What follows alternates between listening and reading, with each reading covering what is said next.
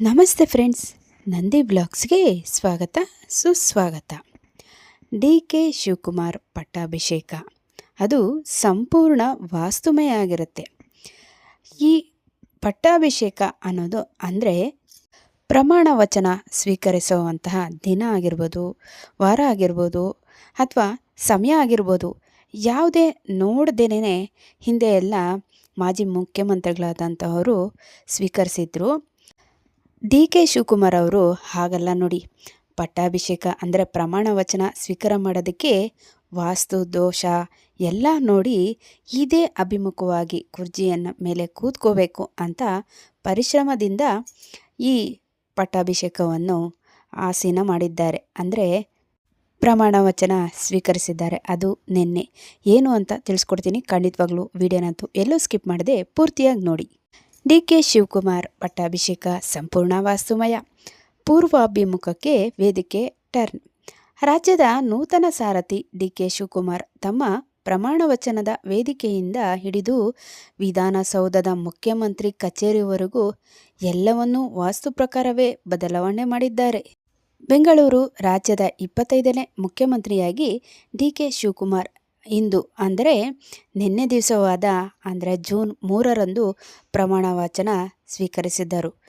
ರೇಷ್ಮೆ ಪಂಚೆ ಶಲ್ಯ ಧರಿಸಿ ಡಿ.ಕೆ. ಶಿವಕುಮಾರ್ ಅವರು ಪ್ರಮಾಣ ವಚನ ಸ್ವೀಕರಿಸಿದ್ದು ನೂತನ ಮುಖ್ಯಮಂತ್ರಿಯ ಪದಗ್ರಹಣಕ್ಕೆ ಕೌಂಟ್ ಡೌನ್ ಶುರುವಾಗಿದೆ. ರಾಜ್ಯದ ನೂತನ ಸಾರಥಿ ಡಿ.ಕೆ. ಶಿವಕುಮಾರ್ ತಮ್ಮ ಪ್ರಮಾಣ ವಚನದ ವೇದಿಕೆಯಿಂದ ಹಿಡಿದು ವಿಧಾನಸೌಧದ ಮುಖ್ಯಮಂತ್ರಿ ಕಚೇರಿವರೆಗೂ ಎಲ್ಲವನ್ನೂ ವಾಸ್ತು ಪ್ರಕಾರವೇ ಬದಲಾವಣೆ ಮಾಡಿಕೊಂಡಿದ್ದಾರೆ. ಪೂರ್ವಾಭಿಮುಖವಾಗಿ ವೇದಿಕೆ ನಿರ್ಮಾಣ. ಡಿ.ಕೆ. ಶಿವಕುಮಾರ್ ಅವರ ಪದಗ್ರಹಣ ಸಮಾರಂಭಕ್ಕೆ ಬೆಂಗಳೂರಿನ ಲೋಕಭವನದಲ್ಲಿ ವೇದಿಕೆಯನ್ನು ಸಿದ್ಧಪಡಿಸಲಾಗಿದೆ. ಜ್ಯೋತಿಷಿಗಳ ಸಲಹೆ ಮತ್ತು ವಾಸ್ತು ಪ್ರಕಾರ ಈ ಹಿಂದೆ ಪಶ್ಚಿಮ ದಿಕ್ಕಿಗೆ ಮುಖ ಮಾಡುತ್ತಿದ್ದ ವೇದಿಕೆಯನ್ನು ಬದಲಾಯಿಸಿ ಈ ಬಾರಿ ಪೂರ್ವಾಭಿಮುಖವಾಗಿ ಗಾಜಿನ ಮನೆಯಲ್ಲಿ ವೇದಿಕೆಯನ್ನು ನಿರ್ಮಿಸಲಾಗಿತ್ತು. ಶುಭ ಮುಹೂರ್ತದಲ್ಲಿ ಪದಗ್ರಹಣ. ಸರ್ವಧರ್ಮದ ಗುರುಗಳು ಮತ್ತು ವಿವಿಧ ಮಠಾಧೀಶರು ಸಮ್ಮುಖದಲ್ಲಿ ಡಿ.ಕೆ. ಶಿವಕುಮಾರ್ ಅವರು ಪ್ರಮಾಣ ವಚನ ಸ್ವೀಕರಿಸಲಿದ್ದರು. ಶುಭ ಮುಹೂರ್ತದಲ್ಲಿ ಕಾರ್ಯಕ್ರಮ ನಡೆಯುತ್ತಿದ್ದು ಸಂಜೆ 4:05 4:20 ಒಳಗಡೆ ಡಿ.ಕೆ. ಶಿವಕುಮಾರ್ ಅವರು ಪ್ರಮಾಣ ವಚನ ಕಾರ್ಯಕ್ರಮ ಅನ್ನೋದು ನಡೆಸ್ಕೊಟ್ಟಿದ್ರು. ಮುಖ್ಯಮಂತ್ರಿ ಕಚೇರಿಯಲ್ಲಿ ವಾಸ್ತು ಚೇಂಜ್.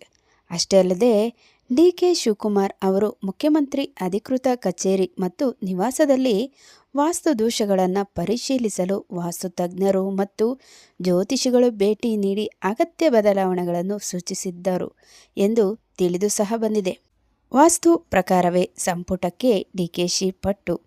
ವಾಸ್ತು ಪ್ರಕಾರವೇ ಸಂಪುಟ ಸದಸ್ಯರ ಪ್ರಮಾಣ ವಚನಕ್ಕೆ ಡಿ.ಕೆ. ಶಿವಕುಮಾರ್ ಪಟ್ಟು ಹಿಡಿದಿದ್ದು 9 ಮಂದಿ ಸಚಿವರ ಪಟ್ಟಿಯನ್ನಷ್ಟೇ ಪ್ರಕಟ ಮಾಡುವಂತೆ ಹೈಕಮಾಂಡ್ ನಾಯಕರ ಬಳಿ ಡಿ.ಕೆ.ಶಿ ಮನವಿ ಮಾಡಿದ್ದಾರೆ ಎಂದು ತಿಳಿದು ಬಂದಿದೆ.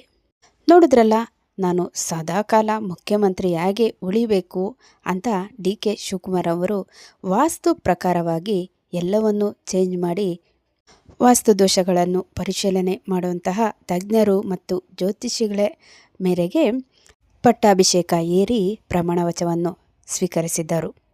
ನೋಡಿದ್ರಲ್ಲ, ಇನ್ನೊಂದು ಹೊಸ ವಿಡಿಯೋದಲ್ಲಿ ನಿಮ್ಮೊಂದಿಗಿರ್ತೀನಿ. ಅಲ್ಲಿವರೆಗೂ ನಮ್ಮ ನಂದಿ ಬ್ಲಾಗ್ಸ್ನ ವೀಕ್ಷಿಸ್ತಾ ಇರಿ. ವೀಕ್ಷಿಸಿದವರೆಲ್ಲರಿಗೂ ಧನ್ಯವಾದಗಳು.